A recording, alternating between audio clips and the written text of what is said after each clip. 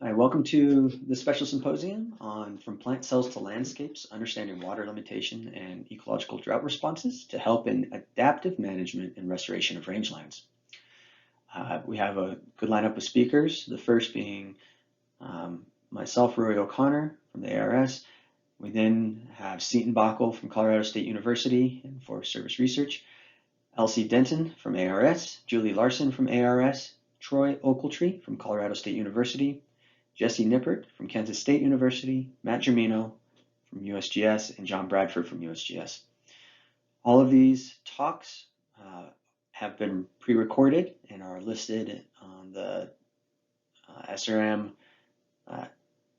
website so that you can access them if you have more interest in drought and ecological drought and water responses or responses of plants to water stress. I would highly suggest listening to these other talks. So let's get started. I'd like to thank my collaborator, Eric Hammerlink, who assisted in planning and doing all of this research. And I want to talk about using plant physiology to determine drought resistance and resilience in rangeland bunch grasses. And so when we think about resistance and resilience, usually it's on the landscape scale, but each species within that landscape has a resistance and resilience to stress. For resistance, it's the species' ability to retain physiological function under stress. And for resilience, it's the species' ability to recover physiological function after stress. And it's these traits for each species that makes up our landscape resistance and resilience. The landscape being able to maintain or retain biological ecological structure and function and not allow invasion after a disturbance or stress. And its resilience is the ability for it to regain biological and ecological structure or function and not change ecological states after that disturbance or stress event. But for the purpose of this talk, we're going to go with looking at the species' abilities to go through resistance and resilience to stress. So let's focus on our species resistance and resilience. And we have this quadrant here where species that are highly resistant to stressors or change, and as you go down to the bottom of the quadrant, they become unresistant. And species that are unresilient to stressors or change are here on the left side, and as you go to the right, they become more resilient. And so species A here falls out somewhere down here at the low resilient and low resistant aspect, where if stressor hits, they will be able to recover fairly well. But do species change the resiliency and the resistance to stressors during their growth periods and age classes and things? And so that's one thing that we should think about is as we look at our species that we use for restoration, we should think about how well they are able to be resistant or resilient to change and stress based off of their life stages, their age classes, their phenology timings, and their maternal effects from previous generations. And how that impacts what we're currently seeing on the landscape and what we will use for restoration on the landscape. All of those different areas can and probably do change the location of the species in relation to these different quadrants. And so I want to discuss two studies that we can use to look at how species respond to stressors and particularly water stress. And one method is to do a dry down and saturation study where we grew 1 month old seedlings of bunch grasses and we're testing the resistance and resilience to a rapid soil moisture deficit and a rapid soil moisture saturation. So how well they can recover following a serious drought event on a short time scale.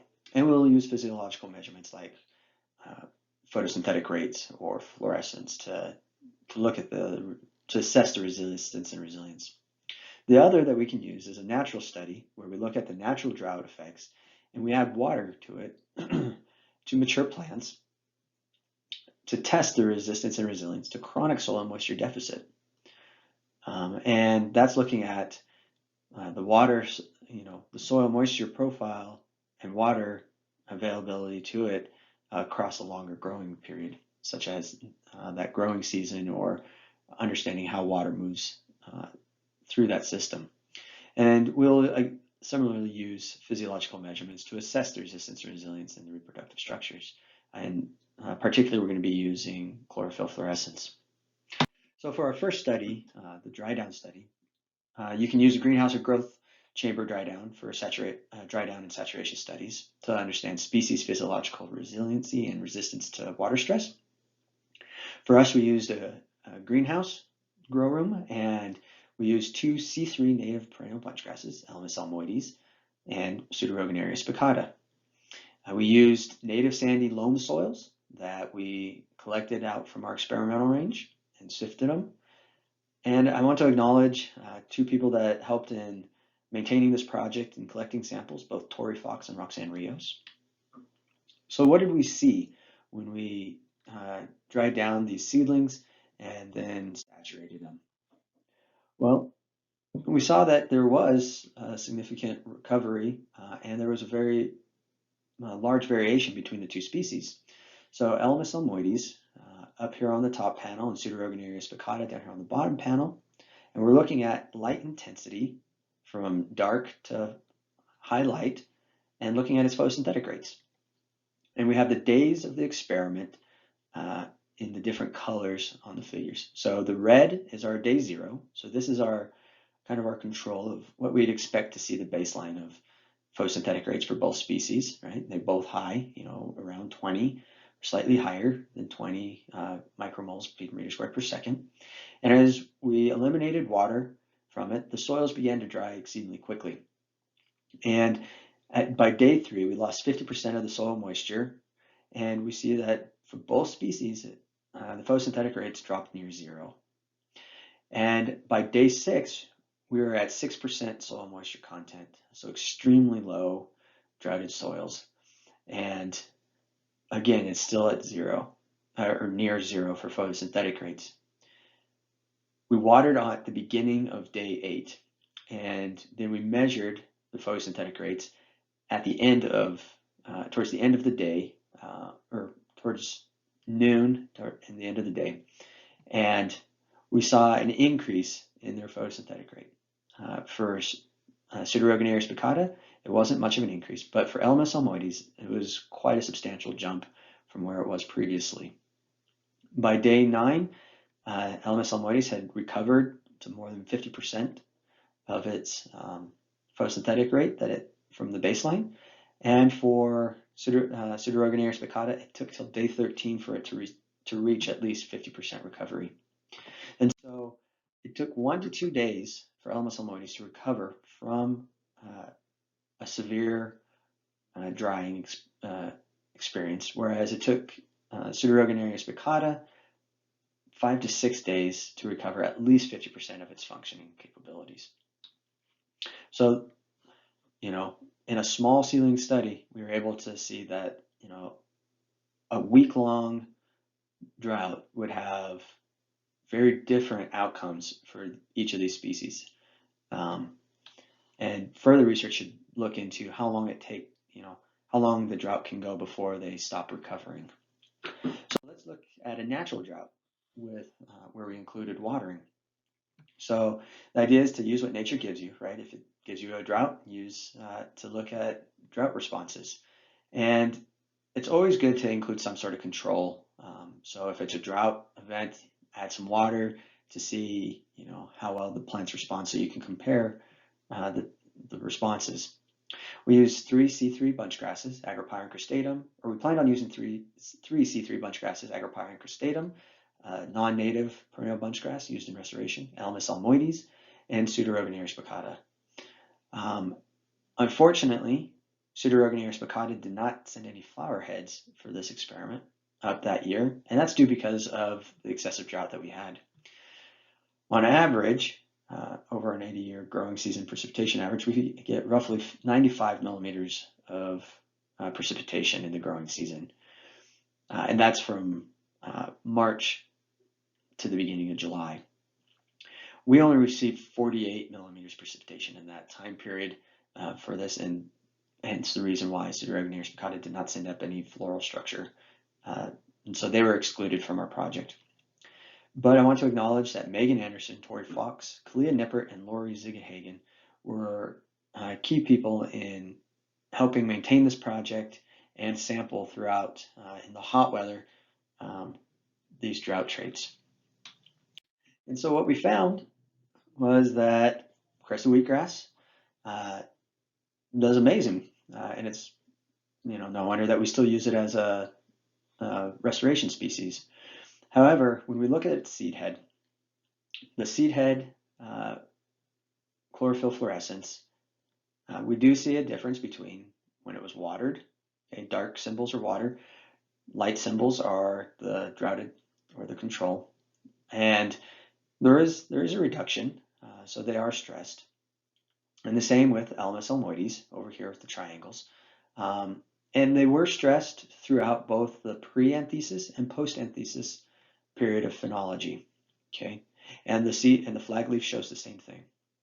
But what is interesting is that Agrippyron cristatum, its process was that its reproductive structure maintains the carbon, or is its primary carbon source for seed production. Whereas Elamis elmoides, it starts out as being about equal between the seed head and the flag leaf for pre-anthesis, but then it shifts to being more of the flag leaf providing the primary carbon source for seed head reproduction.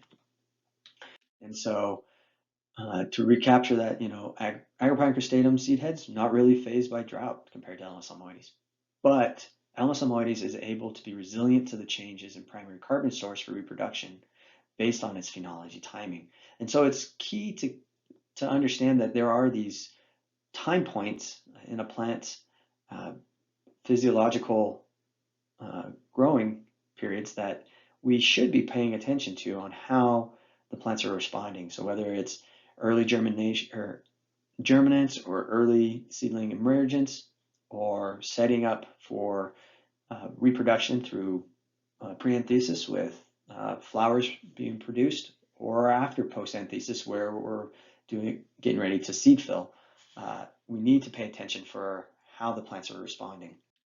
And so where does our species fall out with regard to a species resistance and resilience in our quadrants?